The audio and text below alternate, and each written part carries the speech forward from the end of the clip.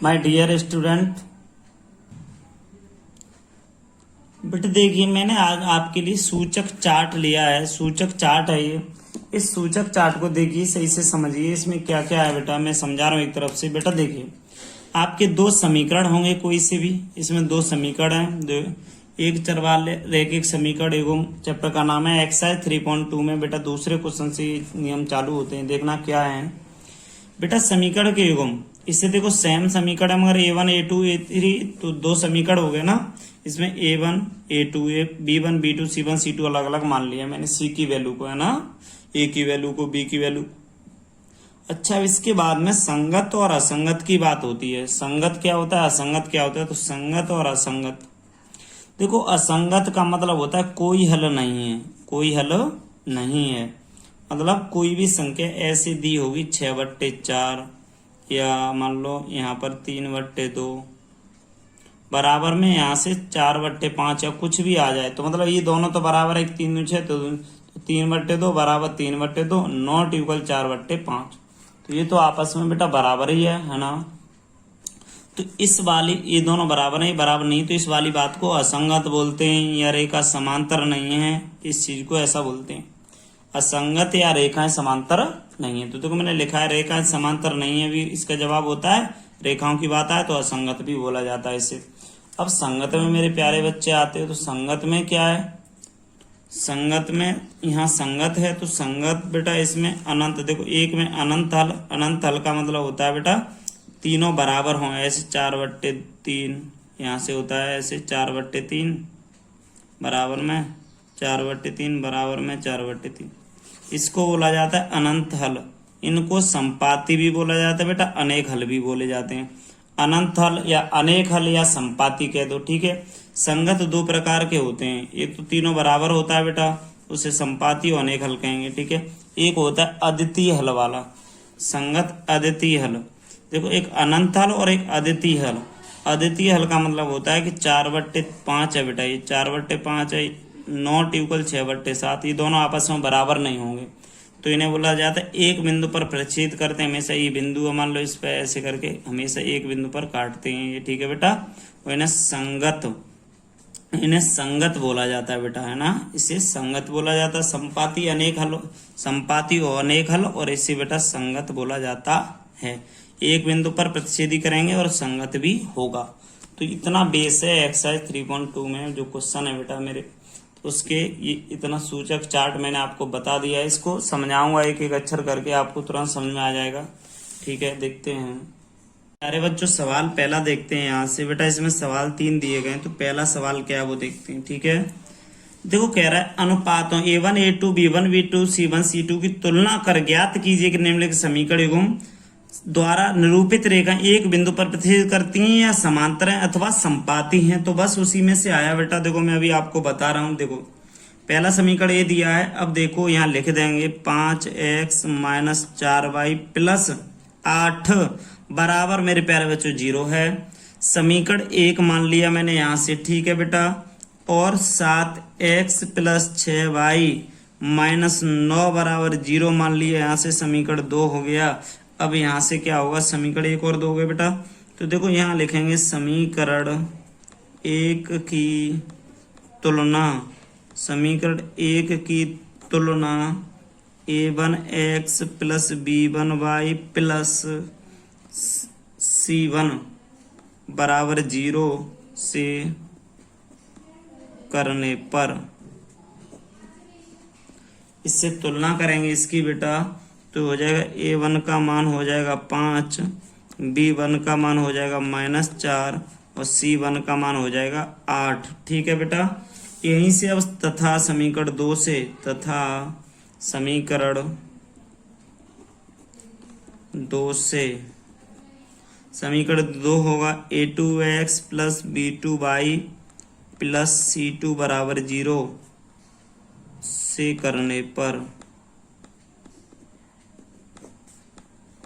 करने पर यहाँ क्या होगा बेटा कि देखो a2 का मतलब होगा यहाँ से 7, b2 का होगा 6, c2 का होगा -9। इसकी वैल्यू आ गई -9। अब बेटा यहाँ से हम कह रहे हैं आपसे कि तुलना करनी है बेटा इसकी। तो आप देखिए ये सबकी, तो चूंकि A1 अपॉन A2 यहाँ लिखो, A1 का मान प्यारे बच्चों 5 है, A2 का मान कितना है 7, तो 5/7। यहीं देखो B1 B2 का मान क्या है, B1 का बेटा यहाँ से -4 है और B2 का 6 है। अच्छा यहीं से बेटा C1 C2 देखिए, C1 C2 का मान कितना है, C1 C2 का मान है 8/-9। तो यहाँ से देखिए बेटा क्या करेंगे कि इसी, चूंकि बेटा आगे देखो देखो ये एक भी इसमें बराबर तो नहीं है। आप A1 को देखो, ये कह रहा है रेखाएं प्रतिच्छेद करती हैं, एक ही बिंदु पर प्रतिच्छेद करती हैं, एक ही बिंदु पर प्रतिच्छेद करती हैं, तो A1 A2 not equal B1 B2 होता है कि नहीं, यही तो होता है कि बिंदु पर प्रतिच्छेद, तो समांतर अथवा संपाती, एक बिंदु पर प्रतिच्छेद करती हैं तो समांतर संपाती आता है बेटा। तो देखो एक तो ये दिख रहा है आपको इक्वल नहीं है, तो हम कर देंगे A1 upon A2 not equal B1 upon B2। तो अर्थात हम यहाँ लिख सकते हैं 5/7 नॉट इक्वल -4/6, मतलब ये आपस में बराबर नहीं होगा मेरे प्यारे बच्चों। क्वेश्चन देखिए दूसरे का पहला पार्ट कंप्लीट है मेरे प्यारे भाइयों। दूसरा भाग देखिए, इसका दूसरा भाग क्या कह रहा है बच्चों। दूसरा क्वेश्चन क्या है इसका, देखिए 9x + 3y = 12 प्लस लगा के बराबर 0 समीकरण बेटा एक मान लो इससे। 18x + 6y + 24 = 0 समीकरण लगा के 2 बना लो बेटा इसे। 2 बना लिए, समीकरण 1 से लिख लो यहाँ, समीकरण 1 से। समीकरण 1 से क्या करेंगे, या समीकरण 1 की लिख लो तुलना करने पर। समीकरण 1 की तुलना A1x + B1y प्लस के C1 = 0 से करने पर, तो A1 = 9 हो गया, A2 = 3 हो गया, C1 = 12 हो गया। ठीक है, अब यहीं और समीकरण 2 की तुलना A2x B1 A2x B2y + C2 = 0 से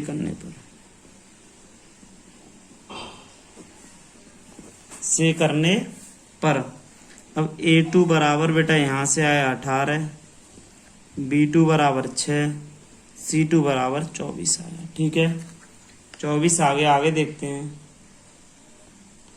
अब इसकी बेटा हल करेंगे कैसे, चूंकि A1/A2 9/18,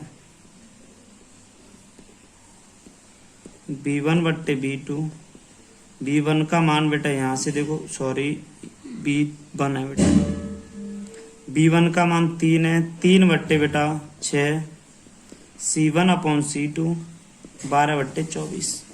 तो बेटा देखो 9 दूनी 18, 1/2, 3 दूनी 6, 1/2, और यहाँ 4 6 दूनी 12, 6 चौक 24, बेटा 2 दूनी 4, 2 1 2, 1/2 भी यहाँ भी आ रहा है, काट दिया बेटा हमने। तो मेरे प्यारे भाइयों इसीलिए हम इसे लिख सकते हैं A1/A2 = B1/B2 = C1/C2 बराबर में हो गया 1/2, 1/2 हो गया बराबर में। तो देखो समीकरण 1 और 2 से तुलना करके हमने बता दिया ये, तो यहाँ लिख सकते हैं अतः दोनों समीकरणों द्वारा निरूपित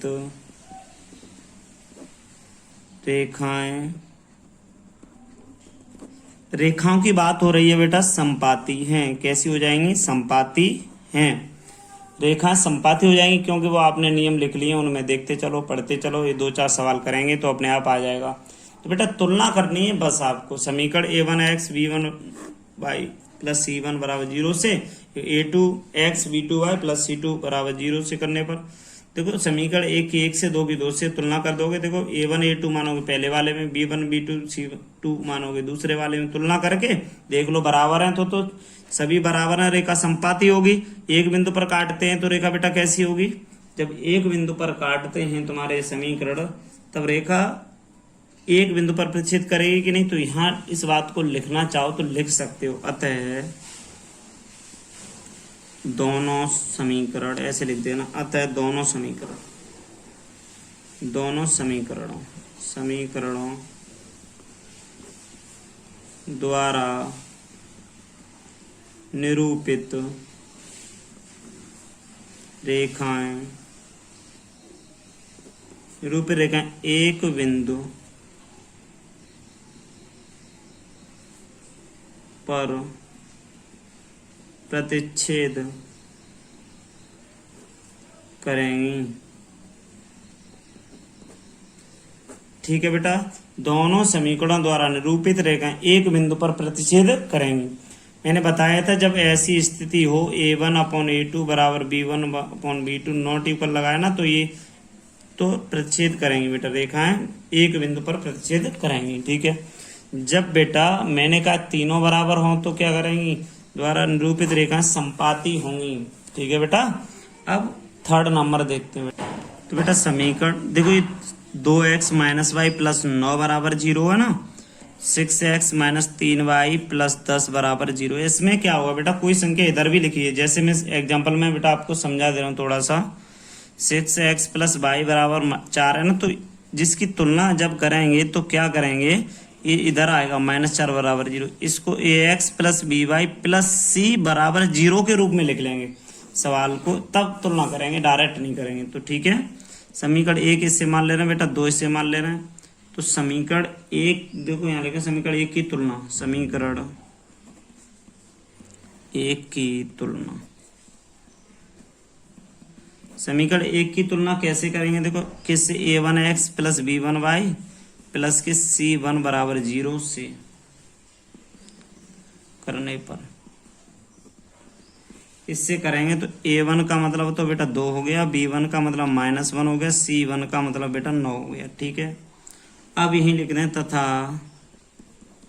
समीकरण 2 की तुलना, समीकरण 2 की तुलना a2x प्लस b2y प्लस के c2 बराबर 0 से करने पर इसकी तुलना की बेटा।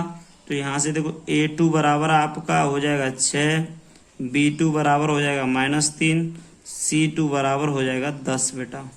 ये चीज़ समझ में आ गई होगी आपको सही से।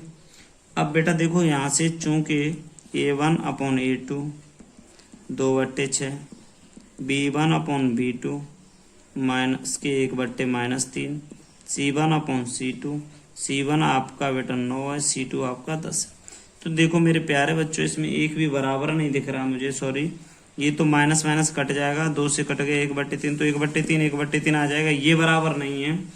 तो इसीलिए इसे लिख सकते हैं a1/a2 बराबर b1/b2 नॉट इक्वल c1/c2।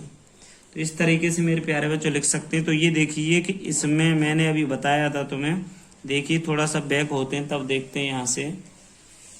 ये बेटा जब बराबर एक बिंदु पर प्रतिच्छेद करेगी, संगत होगी। अच्छा, अब देखो बेटा तीनों बराबर है तो संगत और संपाती अनेक हल होंगे।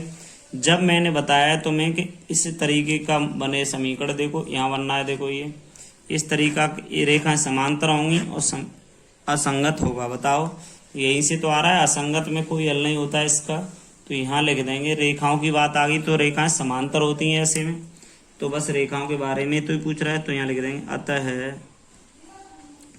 अतः दोनों समीकरणों द्वारा निरूपित रेखाएं समांतर है। दोनों